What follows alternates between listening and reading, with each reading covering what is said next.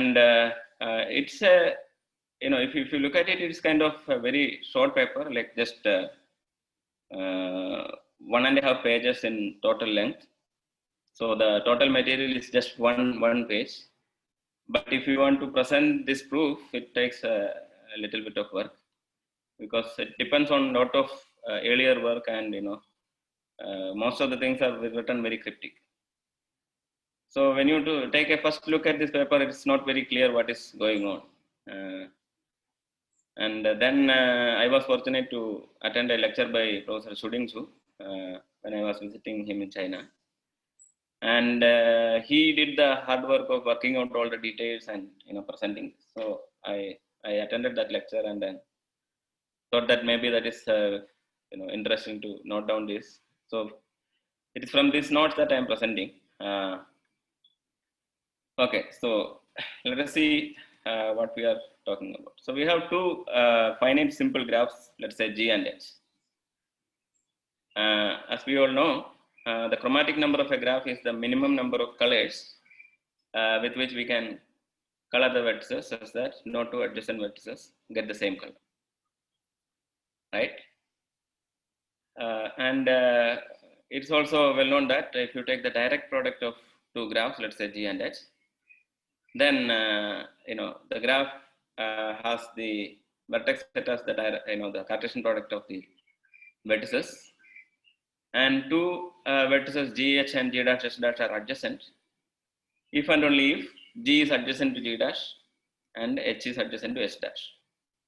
So here is an example. You take a 3 cycle and take a path of length 3, you multiply them under the direct product, you are going to get a graph like this. So the main reason for the symbol for this product, this cross symbol, is because if you just have one edge as your G and one edge as your H, what you are going to get is two paths. Two edges, which is symbolized by this cross symbol. Okay, so these are all like well known, and so now a very easy kind of observation is that if you have the direct product of two graphs G and H, then if you have a from a proper coloring of the graph G, that coloring can lead to a proper coloring of the product graph also. So what you do is that you have the product graph. You just look at the first coordinate, right, which is a vertex from G, and look at the coloring of G and give every vertex with the first coordinates as G as the color of G itself. So this way you get a coloring of the graph product. But one can see that this is also coloring, because suppose you have let us say two vertices which are adjacent. So if GH and G dash H dash are adjacent, then we know that G dash must be an edge in G and H dash must be an edge in H. But since these two vertices are adjacent in the product graph, and G dash is adjacent, and the coloring of G is proper, G and G dash will be getting two different colors under the coloring G. So therefore, this pair also will get distinct colors. So that is the idea. Okay. So is there any problem? No, nothing. Okay. Yeah. So so this is the reason that coloring of G will give a coloring of the product. Similarly, a coloring of H will also give a coloring of the product. So this means that we definitely don't need more than the minimum of the chromatic number of G and chromatic number of H for the representation, for the coloring of the product graph, direct product. But what Hedetnimi conjectured more than 4 decades before was that this is actually equal, that we don't we cannot color with less number of colors, right? So even though that we know that we don't need more than minimum of this, can we do with less was the question. And the conjecture by Hedetnimi was that it is actually not possible to have less colors. And actually, most of the people worked on it actually believed it, because there are most of the proofs so far have been to show that it is actually possible for certain classes of graphs, all these graphs, this is actually equal.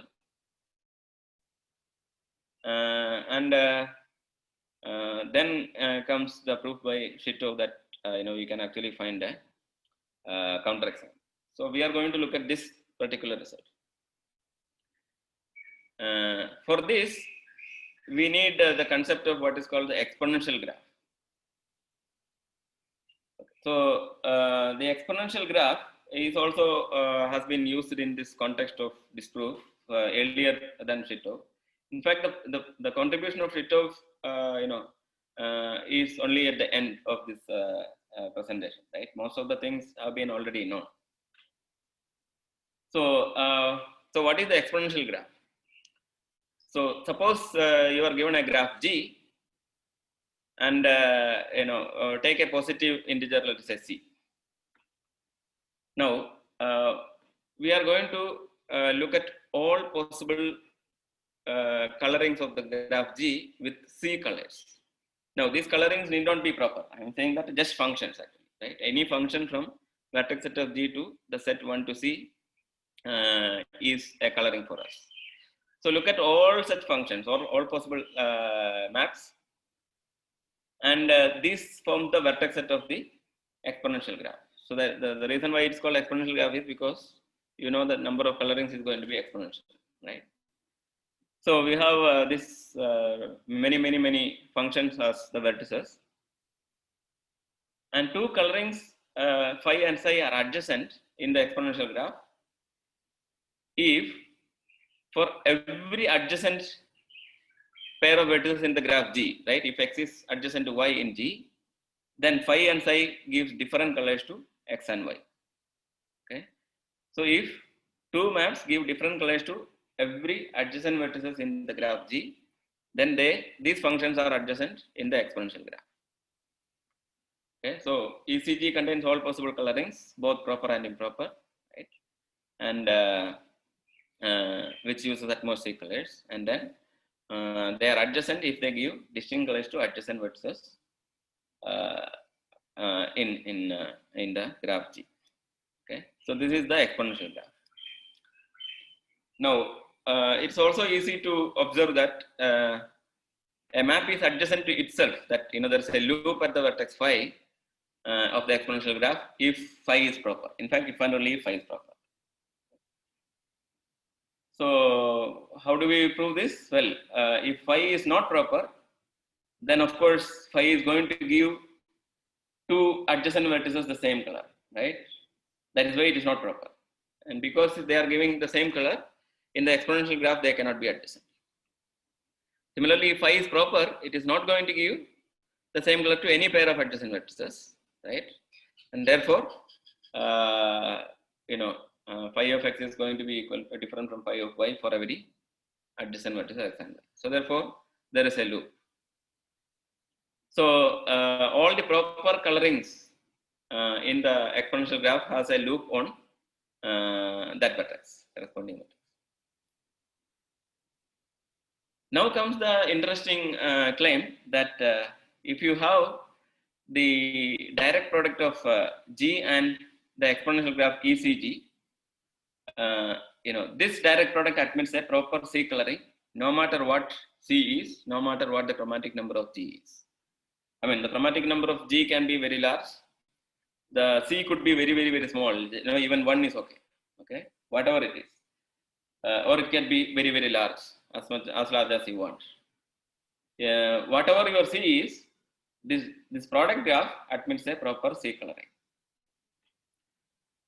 And why is this true? Well, this is also easy to see, because if you have this product graph, then it is going to look like the following. Any vertex is going to look like, let's say, some U comma F, right? Where U is a vertex of the graph G and F is a map, right? A coloring of the graph G. So if you take U comma F as a vertex, I'm going to give the coloring F of U. Okay. because F is a coloring of G, right? So every vertex of U gets a coloring under F. So therefore, F of U is a color in 1 to C because it's a C coloring. So phi of U comma F is equal to F of U. Now the claim is that it is a proper coloring. So why is this a proper coloring? Well, you take any two adjacent vertices in this product, which is, let's say, UF and VG. Okay. So if UF and VG are there, when is UF adjacent to VG in the direct product? Only if U is adjacent to V and F is adjacent to G. Now, if F is adjacent to G, then for every adjacent pair U comma V, right, of the graph, original graph G, F and G must give different colors to them, and that is precisely the reason this coloring is a proper color. So we can easily see that there is a C coloring, right? Because in ECG, the functions all use at most C colors. So therefore, F of U is going to only give color from 1 to C, right? So therefore, this coloring is a coloring that uses at most C colors. So therefore, we have the claim, right? The product graph, no matter what the chromatic number of G or no matter what C is, that means a proper C coloring. Okay, so now another observation which will be useful for us is that the constant maps, because we have all possible colorings, we have the constant coloring, right? That every vertex is given the same color under this coloring. So there are C of that constant maps, right? Every vertex is given the color 1, every vertex is given the color 2, etc. Every vertex is given the color C. So these maps, let's say GI, which takes all the vertices to I, form a clique in the exponential graph. This is easy to see again, because if you have two maps whose ranges are disjoint, right? So if GI and GJ has disjoint ranges because GI takes everything to I and GJ takes every vertex to J, right? So they will never be able to give the same color to adjacent vertices, right? In fact, they will not be able to give same color to any vertices. And therefore, they are going to be adjacent in the exponential graph. And that is why all these constant maps form a clique, because any two of them are going to be adjacent. So if I have GI and GJ, GI of X is different from GJ of X for any I not equal to J. So because of this, we have a C clique in the exponential graph. So now we are going to be kind of very tight, right? You already have a clique of size C, right? Which means that whatever your C is going to be, the chromatic number of ECG is going to be at least C. It cannot be less. Now we said that we can take G to be graphs with arbitrary large chromatic number, and still the product graph ECG G times ECG is going to be C colorable. So now the idea of the proof is going to be kind of clear, right? Because if you can show that there is some graph G whose chromatic number is larger than C, and also that the exponential graph ECG, right, has chromatic number greater than C, strictly greater than C, then their product is C colorable, which is a counterexample to heterogeneous conjecture.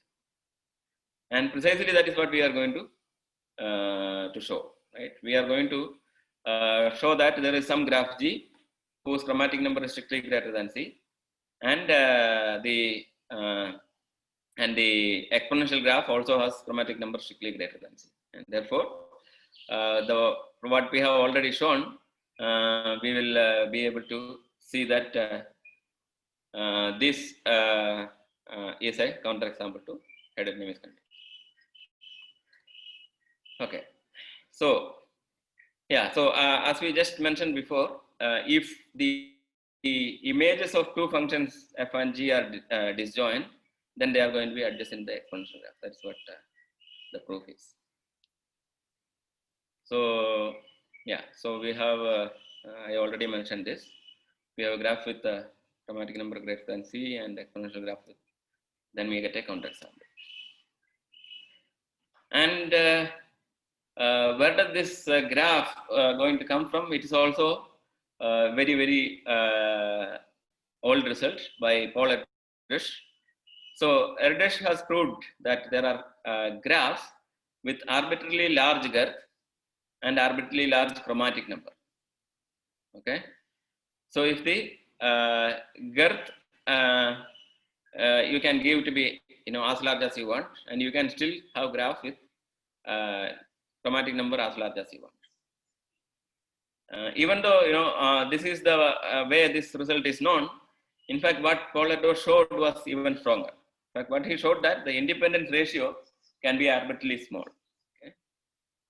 So that the number of vertices is p, then we can have alpha g to be as small as you want. So we can take, let's say, the independence number alpha g is at most p by 4.1. For this particular case, this will suffice. So we will assume that the graph has girth at least 6, and the independence number is less than or equal to the total number of vertices by 4.1. So the independence ratio is small. Okay, so this is a classic result of Erdős, and we know that there are such graphs. So now what we are going to do is that we are going to fix some parameters. We will say that q is greater than or equal to 2 raised to the number of vertices minus 1, 2 raised to p minus 1 times p square, where p is the number of vertices. Okay, so g is the graph that we have obtained with this property using Erdős result. Right, once you have this graph g, you take the number of vertices in that graph, whatever it is, p, then you define q to be greater than or equal to this. And whatever your q is, you are going to define your c to be 4q plus 2. So if c is even larger than q. Okay. So you see the the parameters are very, very, very large, like because 2 raised to p minus 1 into p square is going to be quite large, and then 4q plus 2 is even much, much larger compared to the size of the graph and the graph g that we started with. Okay. So now we are going to modify our graph by taking every vertex of the graph g and replacing that vertex with a copy of a complete graph on q vertices, where q is this number that we take. Okay, so you are going to increase the size of the graph g to be q times more by replacing every vertex with a copy of complete graph on q vertices. Then whenever two vertices are adjacent in the graph g, the corresponding copies are made a complete bipartite graph between each other, that you put all possible edges between these corresponding vertices if there is an edge between them. Okay, so this is the graph g times kq, gkq I will call it, okay, or g box kq. So the graph g box kq is the graph obtained by replacing this. Now what we can observe is that the chromatic number of this graph gkq is strictly greater than c, and the chromatic number of the exponential graph is also strictly greater than c. Okay, that is what we want to show. Okay, so this is our claim. The first part is easy to see, right? The first part we can see because of the property of this substitution. So what are we doing is that we start with this graph g, whose chromatic number and independent number that we know. Now we have replaced a vertex with a clique, right? So if one of the vertices we take from this clique, we cannot take any more vertices to be part of an independent set, which means that the independence number in the product graph is not going to increase. It's going to be the same exactly. In fact, we can still take take one vertex from each of these copies, but we cannot take two from any of these copies. So therefore, the independence number remains the same. But then the number of vertices have increased by q times, right? So now we have p into q by 4.1 as our independence number, because earlier it was p by 4.1, right, at most, and now it is p into q by 4.1. But our q is 4q plus 2, right? And 4.1 q is strictly greater than 4q plus 2 for sufficiently large q. So therefore, we know that the chromatic number is greater than 4q plus 2. But 4q plus 2 is C, therefore it is strictly greater than C. So the first part of the claim is easy to see. So the main thing that we want to show is that the second part, which shows that the exponential graph also has chromatic number strictly greater than C, right? So the entire part of the work is now going to show that the exponential graph ECGKQ has strictly larger than C as its chromatic number. Okay. So once we show this second part of the claim, we are done, right? Because we have a graph GKQ and we have the exponential graph ECGKQ, and by our earlier results, this product graph is C colorable. But now we have shown that GKQ has more than C as the chromatic number, and if you show that ECGKQ has strictly greater than C, the chromatic number is strictly greater than C, then we get a counterexample already. So that is what we want to do. So the main claim is that the chromatic number of the exponential graph ECGKQ, where G is the graph obtained using the Erdos result with girth at least 6 and chromatic number or the independence ratio less than p by 4.1. And KQ is a complete graph on Q vertices is strictly greater than C. So that is what we are going to prove. Is it okay so far? Yes. Okay. So we are going to assume, to get a contradiction, we are going to assume that suppose there is a C coloring of the exponential graph. We call the C coloring as psi, large psi. Okay. So suppose psi is a proper C coloring of the exponential graph ECGKQ. Now, because we already said that this exponential graph contains a clique of size C, right? Because all the constant maps form a clique of size C. We know that the chromatic number is going to be definitely at least C, right? Is greater than or equal to C. Now, and suppose there is a C coloring, and then the C coloring must use all the colors to color the clique, right? So, the clique should definitely use all the C colors. Now, if it is going to use all the colors in the clique, then I can actually rename any of the color classes with any other thing. I can just switch, I to be J and J. I can call I as J and J as I, or blue as red and red as blue, right?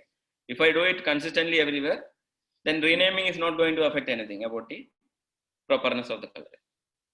So if there is a proper C coloring, then we can rename so that the constant map Gi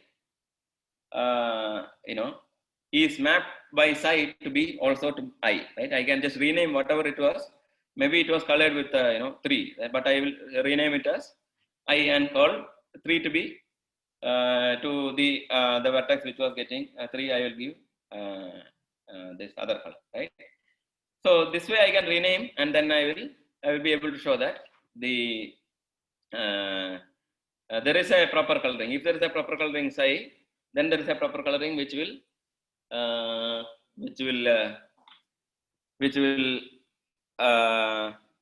use the what you call like the same color I to Gi. Okay, so every vertex, no,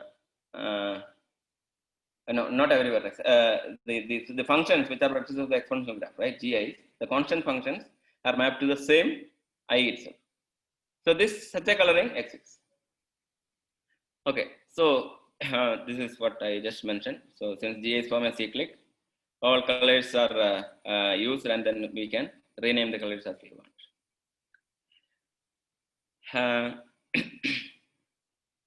Another important observation, this we are going to use many times over, that under this map psi, okay, psi of phi is an element of the image of phi for any map phi. Okay, it's kind of clear from the way we have just defined it, but let us prove it.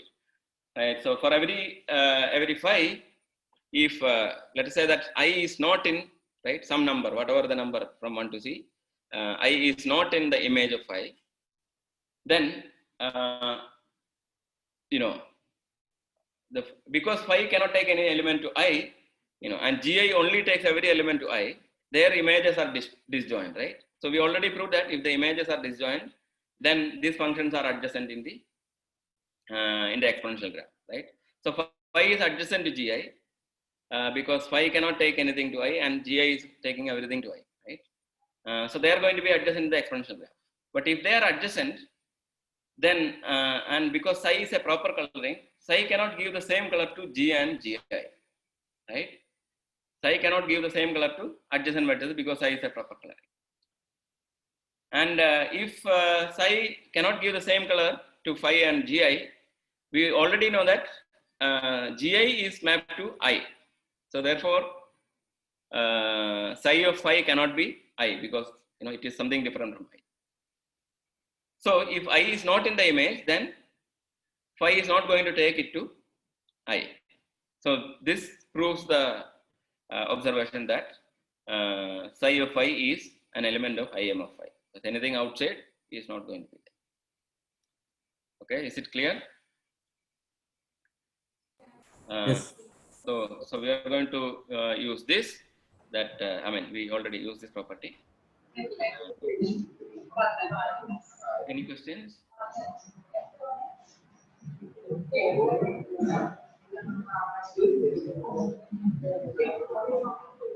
No, sir. Okay, I think somebody was talking. Okay, fine. So now, so we are going to define what's called simple maps. We are going to call them simple maps. So a map phi is said to be simple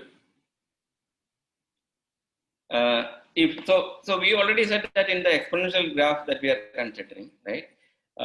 We have so what was the graph that we had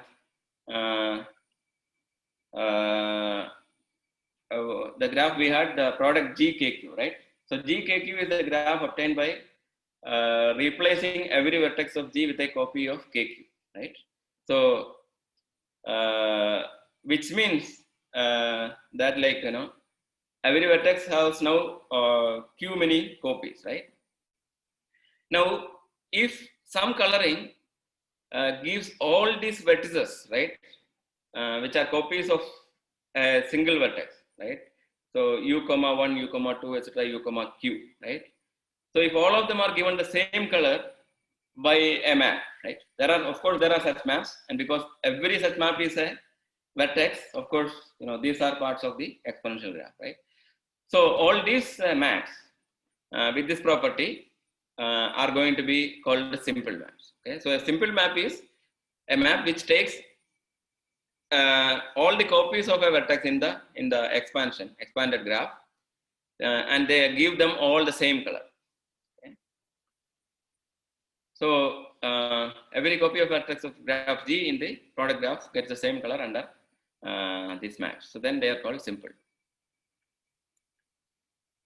And because they are simple, and if I know, phi of, if I know the vertex u, then I know that phi of u1, phi of u2, etc. are going to get the same color. So I can as well call it as phi of u, just to save space in writing, right? So when I write phi of u, if phi is simple, you should understand that it is phi of u comma 1 or u comma 2 or etc., right, for any of these things. In fact, any of them can be the same color. So in particular, I will use the shortened form, that phi of u, to denote this. So most of the maps we are going to look are going to be simple maps. Okay. In fact, we will see some maps which are not simple, but we will mention it at that time. Now, another observation is that if two maps phi and psi are simple, then they are adjacent if and only if for every adjacent vertices u and v, right? If u is adjacent to v in the graph G, then phi of u is different from psi of v. This is by the definition, right? They are adjacent in the exponential graph if and only if phi and psi give different colors to adjacent vertices. But also to the same vertex u, phi and psi should give different colors. So phi of u and psi of u must be different if phi and psi are simple. This is also easy to see because, see, even though when we call as phi of u, it is actually phi of u1, phi of u2, etc.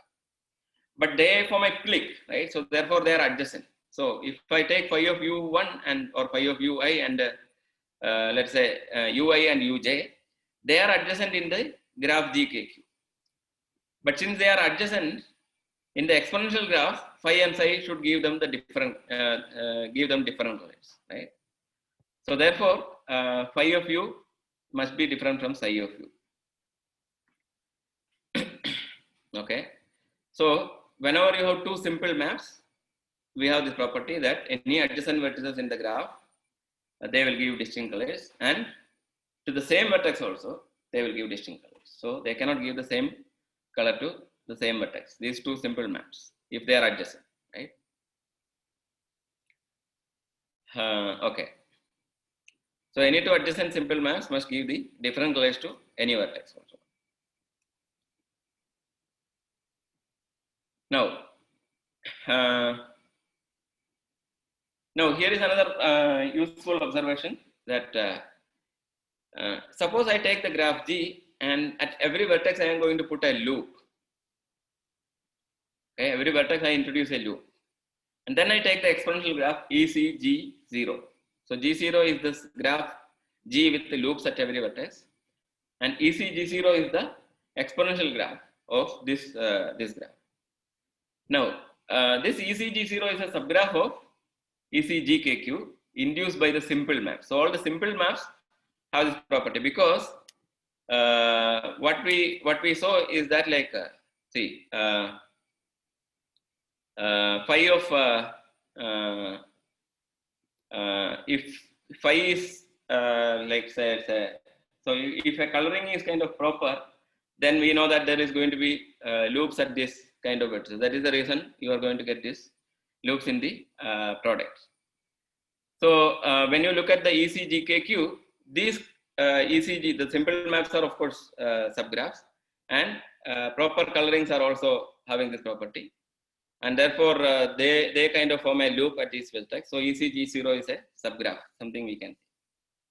So what we are going to work with is some graph which is very close to ECG0. The reason is that ECG0 is a much smaller graph than ECGKQ. So we are going to indeed show that the chromatic number of a graph which is slightly different from ECG0 is going to have a large chromatic number itself, right? Instead of the large graph. In fact, to see how large this ECGKQ can be compared to ECG0, in fact, both of them are very large. Let us look at this, this result that we had, right? That there is a graph by Erdos result. There is a graph with girth at least 6 and chromatic ratio, the independence ratio P by 4.1. So one can show that the smallest graph with this property must have close to 200 vertices.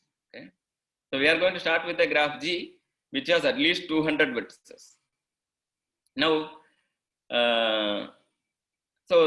once you have this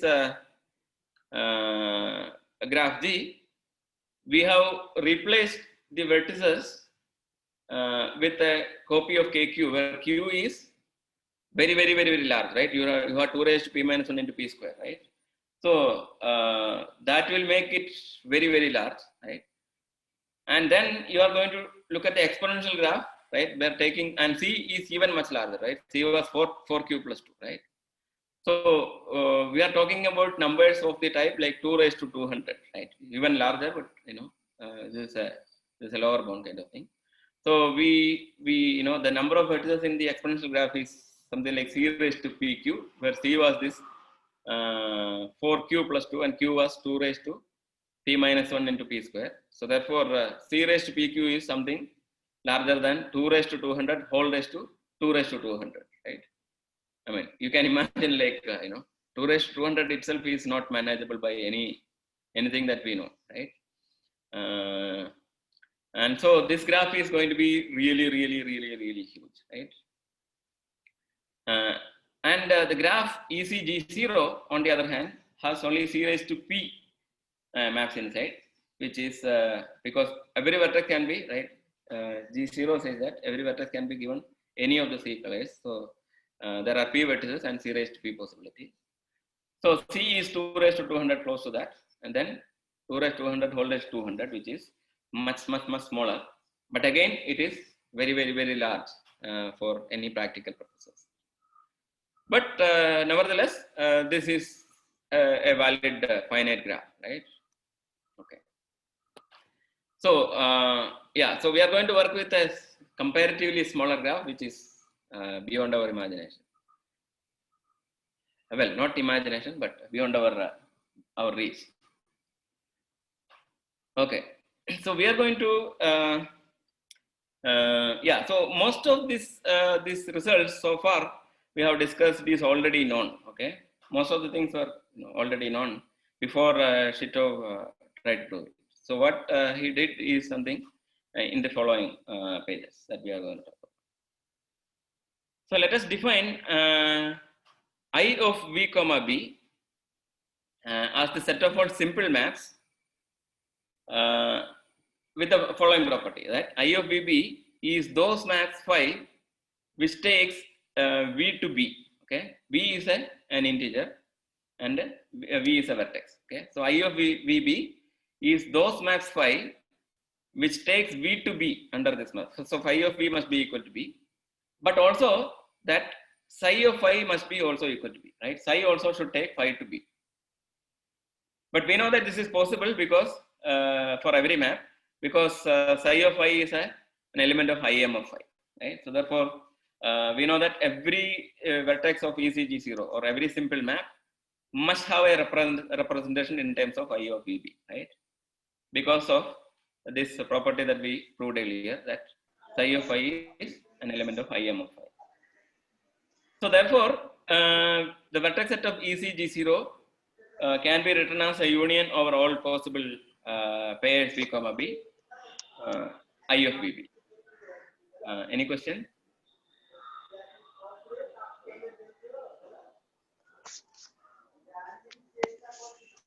Is there a question? No, sir. You can continue. Okay.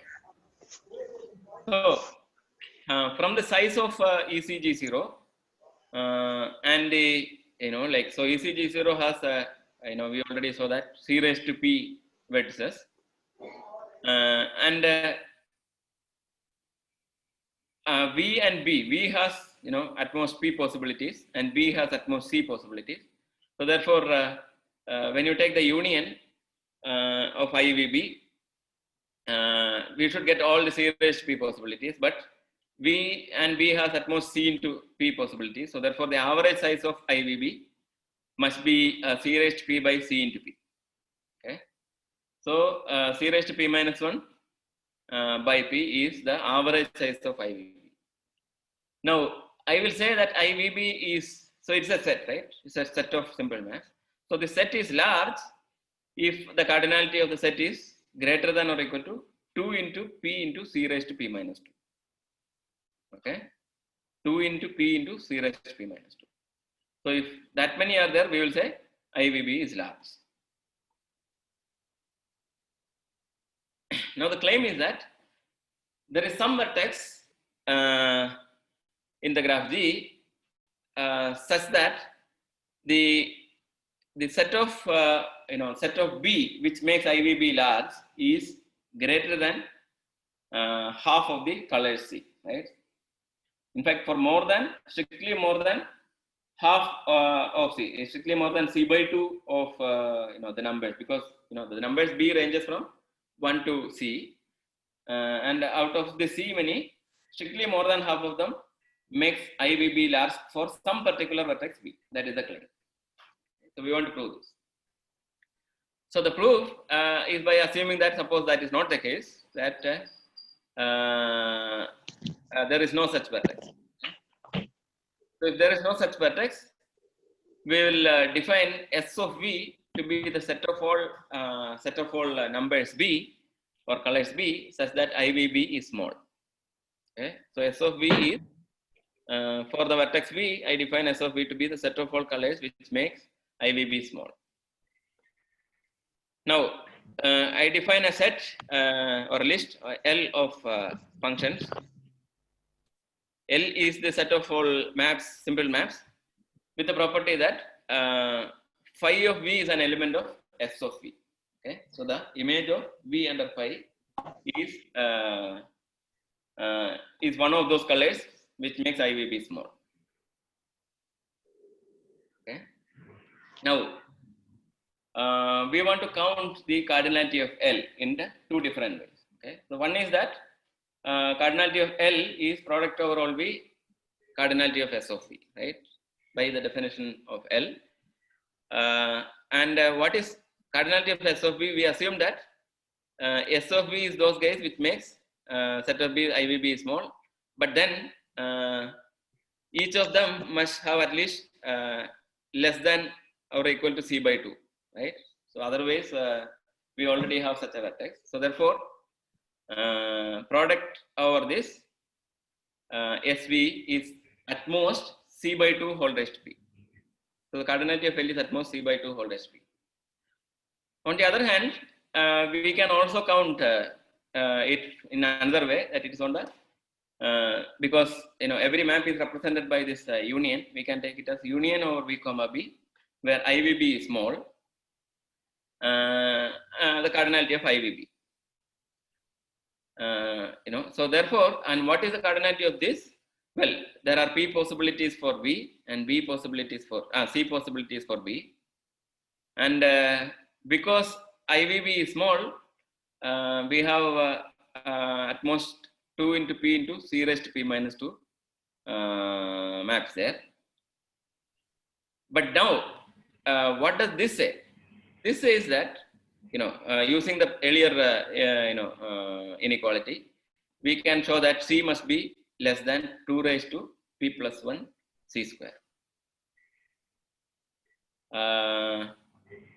This is just small counting from these two inequalities, so I will not go into the details here. It's very just one line proof, and this contradicts the choice of C, because we already said that C must be 4Q plus 2, but 4Q plus 2 is greater than 4Q, and 4Q is 4 into 2 raised to P minus 1 into P square by the definition of of Q, right? So therefore, we have a contradiction, because we said that C is less than this, but here it is already 2 raised to P plus 1 C square. C is greater than that. So that is a contradiction. So therefore, there must be such a vertex. So we have a vertex V with the property that more than half of the colors will take IVB to be large. So now we fix such a vertex. Okay, we are going to fix this vertex for good, right? In the entire remaining part, we concentrate on this vertex V star. So choose a vertex V star for which this lemma holds, and then we are going to define another maps. So these are not simple maps. Okay, so we were looking at simple maps so far, but now we are going to define some maps called mu T. So let T be some element of the set 2Q plus 1, 2Q plus 2, etc., 4Q plus 2, right? Because we said that our C is 4Q plus 2. and 1 to 2q is kept aside. Now we are taking this 2q plus 1 to 4q plus 2, right? So there are these 2q plus 2 elements possible for T, choices for T. And then I define the map mu T of x comma I and define it to be I if the distance in the graph G between the vertex x and V star, the vertex that we fixed now, is either 0 or 2. And if the distance is equal to 1, then we put it as q plus I. Okay. So mu T is I if the distance is 0 or 2 from V star to x. If the distance is 1, I will put it as q plus I. And I ranges from 1 to q, therefore I and q plus I is going to range from 1 to 2q, right? So all these are, these colorings are using the numbers 1 to 2q only. And if it is the distance is greater than or equal to 3 from V star and x, then we color it with T, where T is one of these numbers. Okay, so they clearly have disjoint ranges, right? So we have a mu T of x comma I is going to be I or q plus I or T with respect to this partition.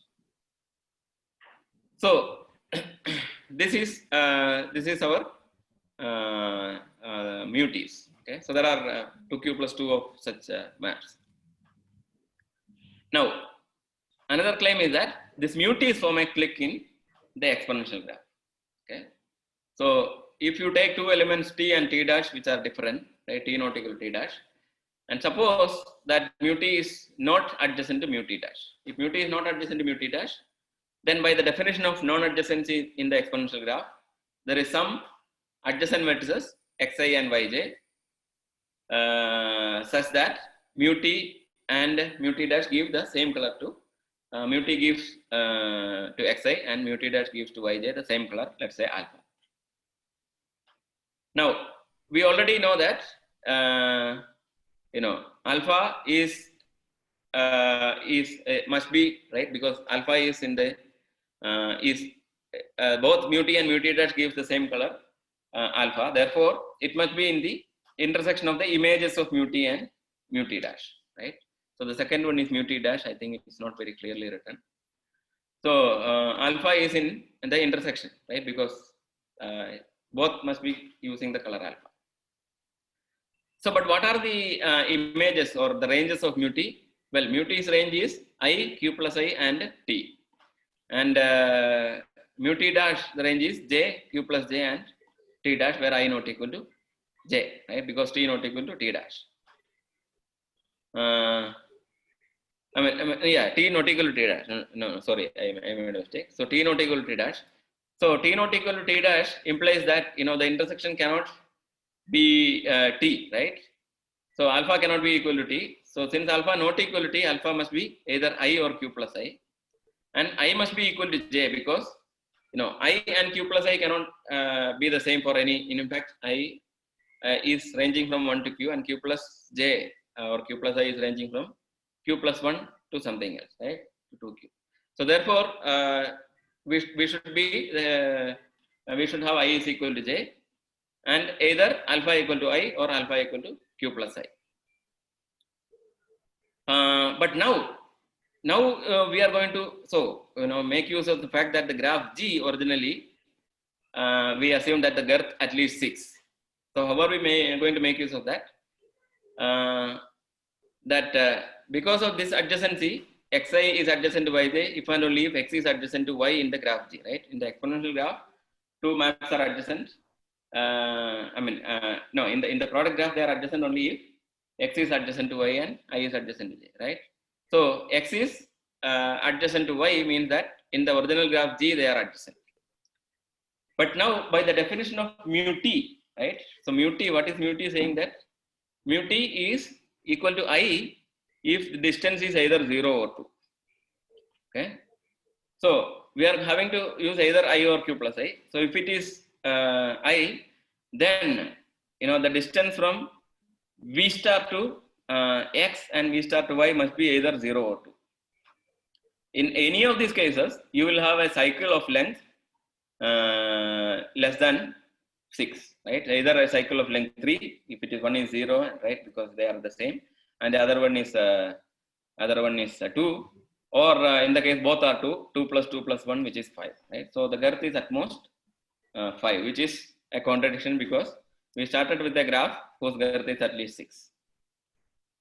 So we get a contradiction, and therefore mu t must be adjacent to mu t dash. So all the mu t's form a clique. Is that clear?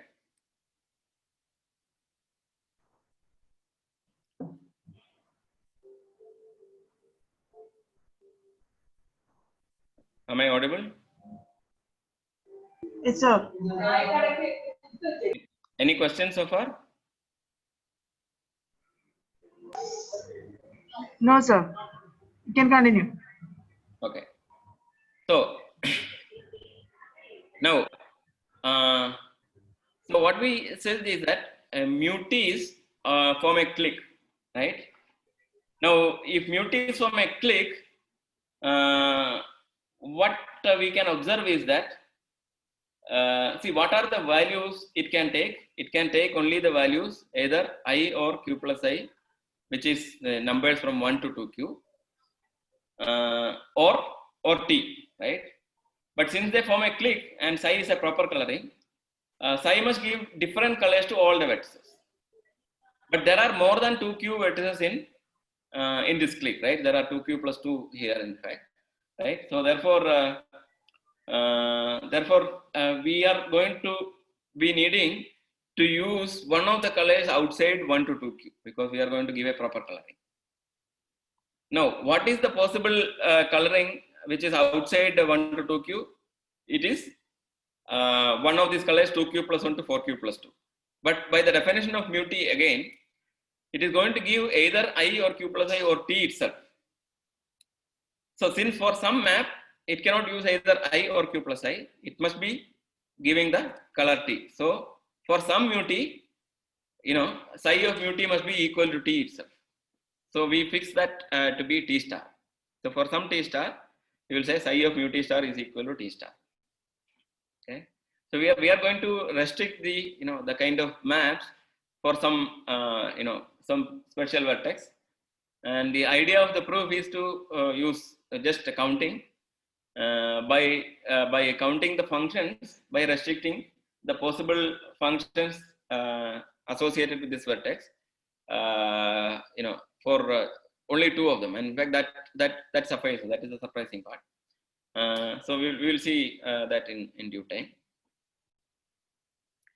Okay, so we know that now for one of these mu t's, at least one of these mu t's, the psi of mu t is equal to t. So we fix that to be t star. Now the claim is that there is some color b star in the set 1, 2, etc. 2q comma t star such that I of b star is large. Okay, so we already said that there is some vertex with more than half of them is larger than c by 2. I mean more than c by 2 is large.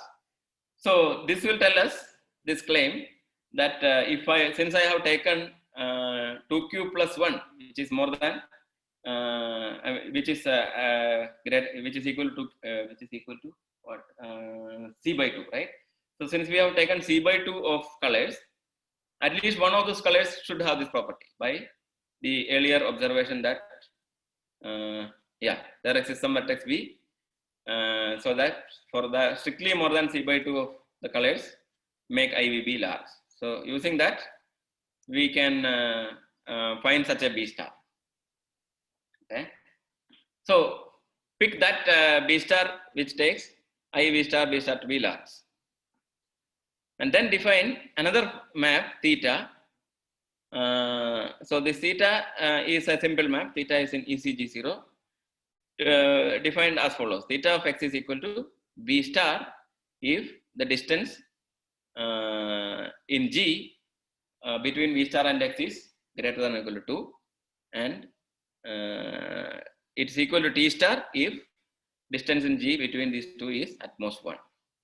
So here is the clever part. Okay, so we have defined theta and mu t to be kind of contradictory, right? In some sense, right? Look at the way mu t is defined. T is mapped to mu t if only in the case the distance between x and v star is greater than or equal to 3, and in this case we are defining theta of t star. Theta of x is equal to t star if the distance is at most 1. Okay, so in fact this is the crucial step in finding a contradiction. Okay, so we are defining these two maps such that this will lead to some nice observation. So the one claim is that theta is adjacent to mu t star. Okay, so we have fixed your t star, we have mu t star to be fixed, it's fixed, and we have defined theta to be this way using the same t star. And now the claim is that theta is adjacent to mu t star. Well, if they are not adjacent, then we know that there is some xi and yj. It's the same idea that we used before. Xi is adjacent to yj, and both of them are given the same color. Theta of xi is equal to mu t star of yj, which is equal to some, let's say, alpha. Now again, as we saw earlier, alpha must be in the intersection of the ranges. The range of theta is just v star and t star. Range of mu t star is 1 to 2 etc. to q comma t star, and therefore alpha must be in their intersection. But in the intersection, right, b star cannot be there, therefore it must be just t star, right? So now what do we have? Theta of x is equal to t star, right? Theta of x is equal to t star, but that says that the distance between v star and x is at most 1, right? But by the definition of mu t star, right, mu t star of y is equal to t star implies that the distance between v star and y, in fact it should be y, y should be at least 3. But we are saying that x and y are adjacent because xi is adjacent to yj. Now if xi, x and y are adjacent, and distance from v star to x is less than or equal to 1, and distance from v star cannot be greater than or equal to 3 because this is an edge. So you will have 1 plus 1 at most 2. But in the graph we are saying that the distance is at least 3. So that is a contradiction, right? So therefore we must have that theta must be adjacent to t star, mu t star. Okay, so fine. Now, so psi is our proper coloring. Since theta is adjacent to mu t star, psi must give different colors to theta and mu t star. So psi of theta is different from psi of mu t star. But now we know that psi of mu t star is equal to t star. So therefore, the only possibility is that psi of theta is equal to b star because theta's ranges are only t star and b star, right? Theta is defined to be either b star or t star. So it cannot be t star, therefore it must be b star. So psi of theta is equal to b star. Yeah, so it's the same thing, same claim I have written here.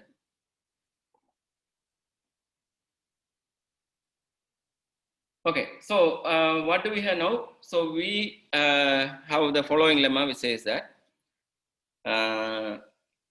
for every simple map phi in I of v star b star, there is some vertex x different from v star with the property that phi of x is in b star comma t star. See, we already established a vertex v star which are taken by the maps, every map phi to b star, right? So we know that phi of v star is equal to b star. So phi, that function with this vertex, right, has only one choice, right? It doesn't have any other possibility. Usually, all the vertices have c possibilities, right? C raised to p, our total count was c raised to p. So this C possibilities for each of the p vertices. But now we are restricting the type of maps that we are looking at to say that, okay, there is this particular vertex V star, which are taken by the maps phi in V star B star to be always to B star. And then we are saying that there is a different vertex, right? The vertex different from V star, such that phi of x is either B star or T star. So it has only two choices. First, there had only one choice for the corresponding to V star. Now for this another vertex x, there is only two choices for the simple maps. That is the claim. So what is the proof? Well, we know that psi of phi is equal to psi of V star, right, is equal to B star by the definition of I of V star B star. But now that says that theta cannot, I mean, not theta, like, yeah, theta cannot be adjacent to phi, right? Phi and theta are not adjacent.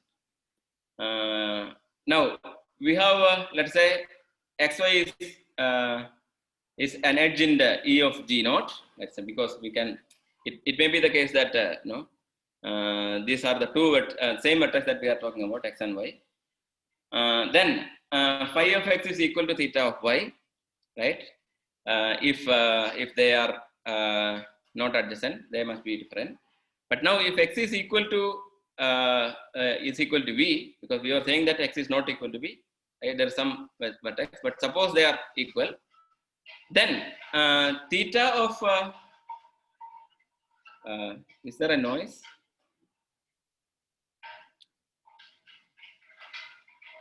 Hello. Okay. Am I audible? Yes, sir. Okay. So theta of u is equal to phi of v is equal to b star. But now in G, the distance between y and v is at least 2 by the definition of theta, and that will contradict the case that x is adjacent to y. But now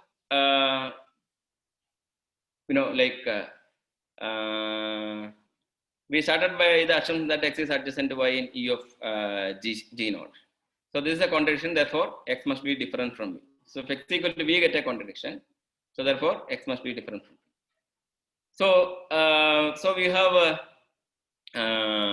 this lemma that for every simple map phi in I v star b star, there is some other vertex other than v star, which has only two possibilities, either b star or t star.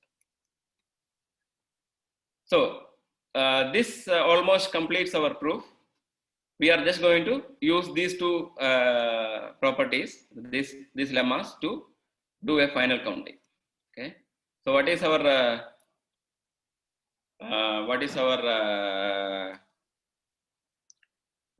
idea? So let us take this x, which is different from v star. Okay. For all, I mean, not this particular x. For every vertex x different from v star, define jx to be the set of simple maps in v star b star, such that phi of x is in b star v star. Okay. So we said that there are some functions with this property, right? So jx is the collection of all such maps such that phi of x is in b star and b star. Yes. Any question?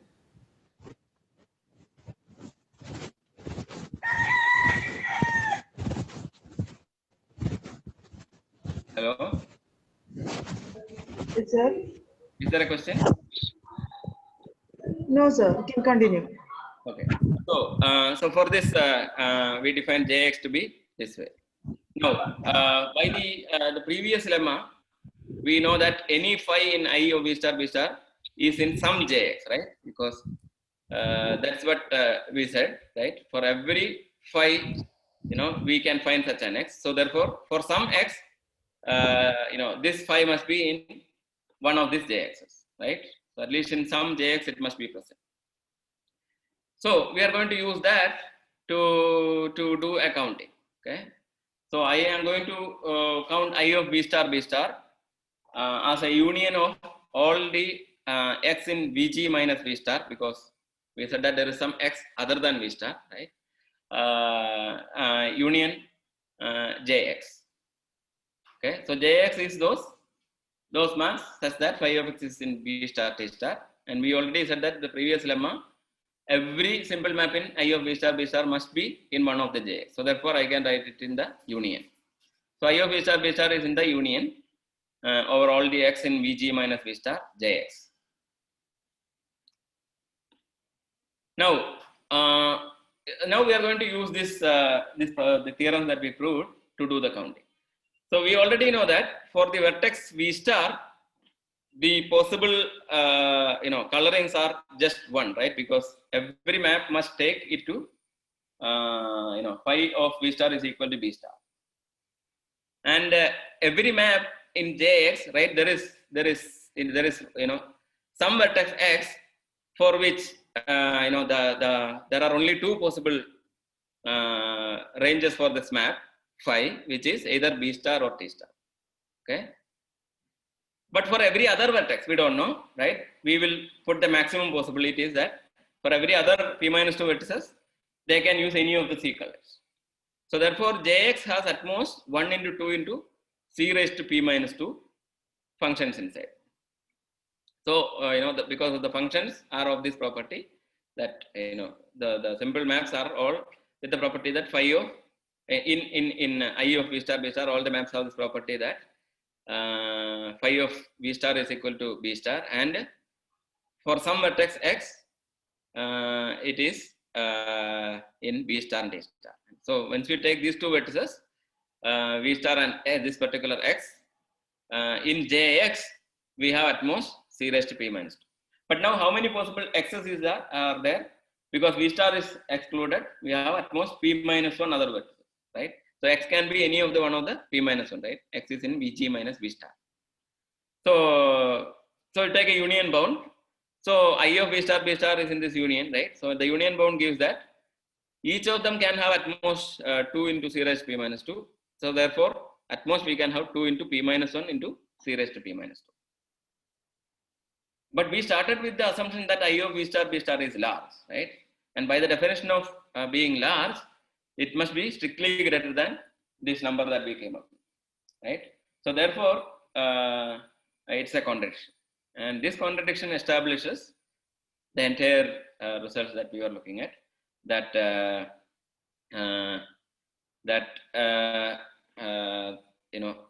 chromatic number of psi, I mean that there is no proper psi coloring, because the only assumption that we made was that there is a proper coloring using C colors, which is a coloring psi. And by starting with this assumption, we reached this contradiction, and therefore we can conclude that there is no proper coloring with which uses at most C colors. So therefore, the chromatic number of the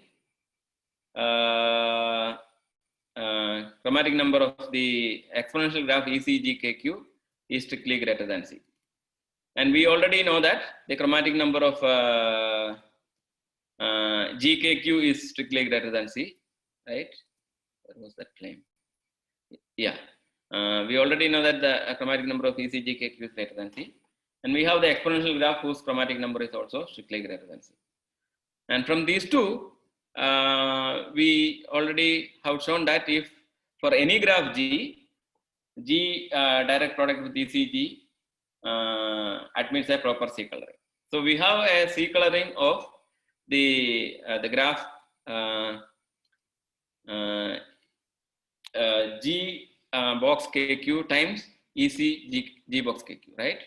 So GKQ times EC GKQ is a graph which is C colorable, but individually GKQ and EC GKQ are not C colorable. So therefore, we have a counterexample to the conjecture by Hedethin. And this shows that there are infinitely many counterexamples, because there are many graphs that we can get this with this property by the Erdős result. So that is it. So that is the proof given by Shito. Okay. So it is an interesting proof. In fact, each part, if you look at it, it is not at all difficult, and it's a kind of, but it's not intuitive, and there are so many things connecting together. To come up with such a proof is very, very non-intuitive, and it's an easy to understand proof once you have the details, and if you spend some time to go through it. But the way Shito has written in his submitted paper. So this paper is published in the Annals of Mathematics because it's a very, very, very famous conjecture, and the proof is very interesting. So I think with that I conclude my talk. Any questions are welcome. Thank you.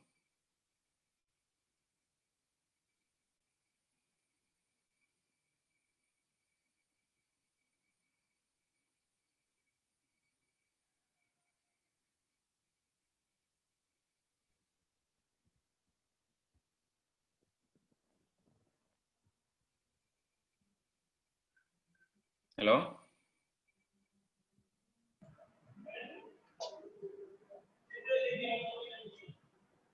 First and foremost, we RSET family would like to thank Dr. Narayanan for accepting our invitation and being an integral part of this webinar series.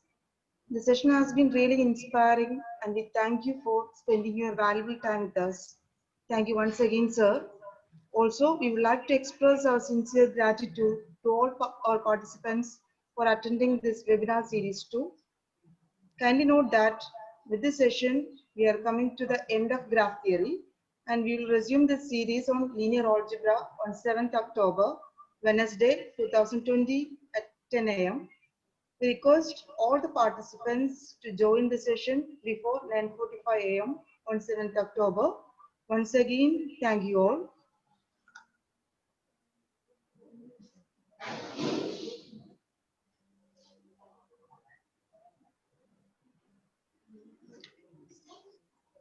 Is there any questions, participants?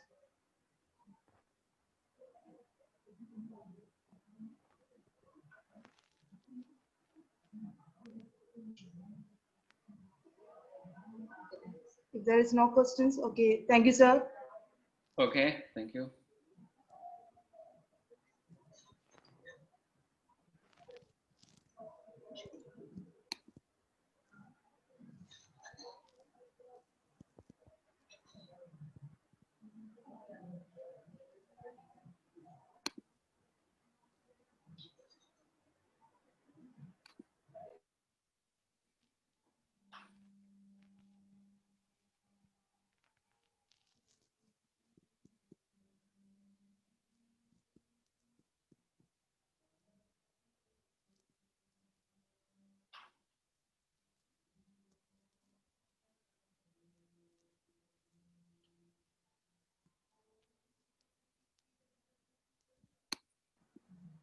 Sir, you can leave. Okay. Okay. Thank you, sir. Okay. Thank you.